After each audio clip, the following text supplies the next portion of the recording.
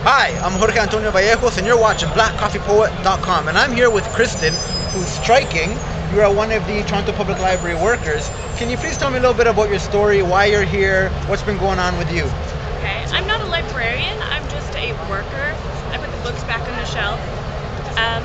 But I've been working at the library for 7 years, and I only get less than 20 hours a week.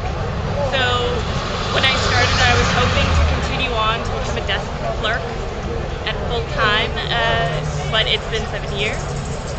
And have you applied several times and you're getting the runaround? What's happening? Yeah, I don't even get to the interview stage yet because I have so few hours. Wow. And is it true that you're just barely making above minimum wage? I make a few dollars above minimum wage at this point because I've moved on up after years of slight raise, like a ladder raise. Okay. So how does your story, obviously it fits in with the larger struggle. What's going on with everyone else and stuff like that? Well, with librarians, I know what's happening is our statistics are going up every year. Every year we have more people coming to the library. So we have the demand for the hours.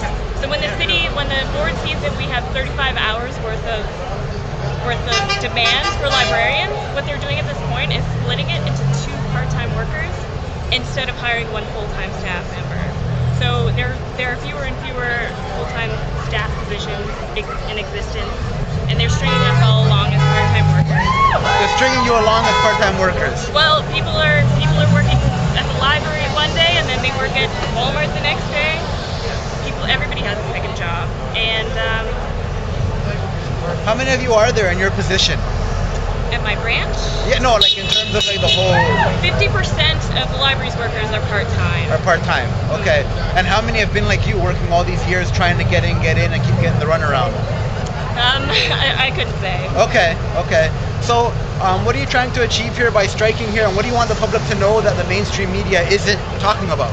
I want the public to know that libraries need staff, that our circulation is increasing all the time. We get more people in, less staff, it's less safe.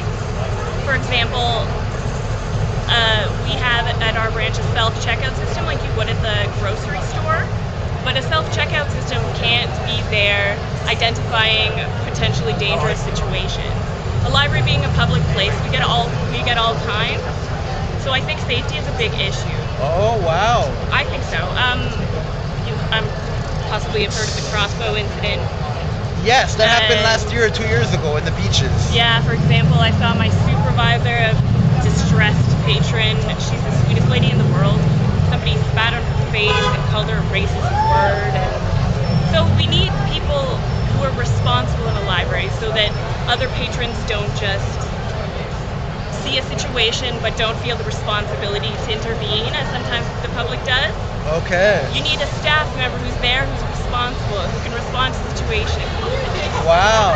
So this self-checkout system, are you saying that you're alone and that's why it's partly unsafe? Well, that does seem to be the business model that we are moving towards. More machines, fewer humans.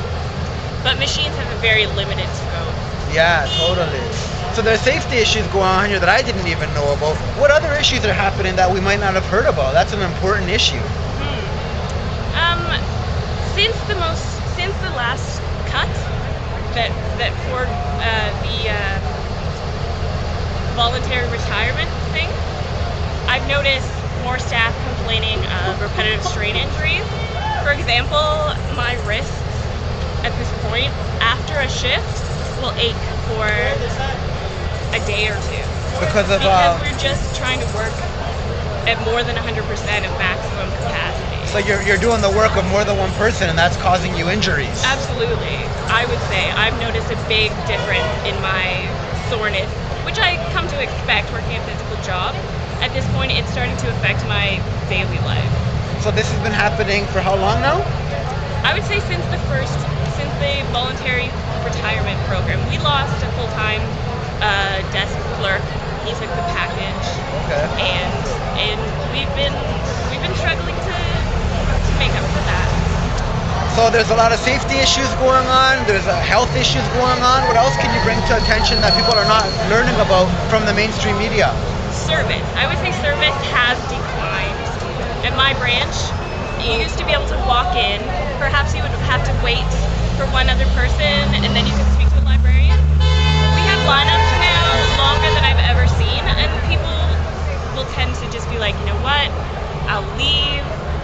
And when you request a book to be brought in from another branch, it's called placing something on Yeah, hold. I do it all the time. I've noticed a lot of people are waiting a lot longer for their holds at this point. Oh. Because while you see the staff at the desk doing the customer service, when they're not on the desk, they're working in the back, processing all those holds, getting them where they need to be. Yeah. And at the end of the day, sometimes we find that we haven't completed all of the boxes for the day. Not for lack of trying. I've never seen anybody slack. Yeah. It's just purely we cannot move any faster. There's lack of person power. There's just lack of person power. Okay. Well, thank you very much for joining us, Kristen. Thanks a lot for tuning into blackcoffeepoet.com. As Kristen just shared with us, there's safety issues, there's health issues, and service. So please support library workers, librarians, and their initiatives and their goals. And just spread this video. I didn't know about these safety issues or these health concerns, and of course, service because of lack of person power. So thank you for joining us. Keep tuning into blackcoffeepoet.com and support your local library in Toronto. And Doug Ford, Rob Ford, listen to this. Learn from these people. These are people who you are affecting. Take care. Great. Awesome. I'm sorry. Yeah, that was good. I said a lot of times. Oh, no problem. I actually, messed you're up at the alright. end. You're okay. Yeah. Cool. It's good.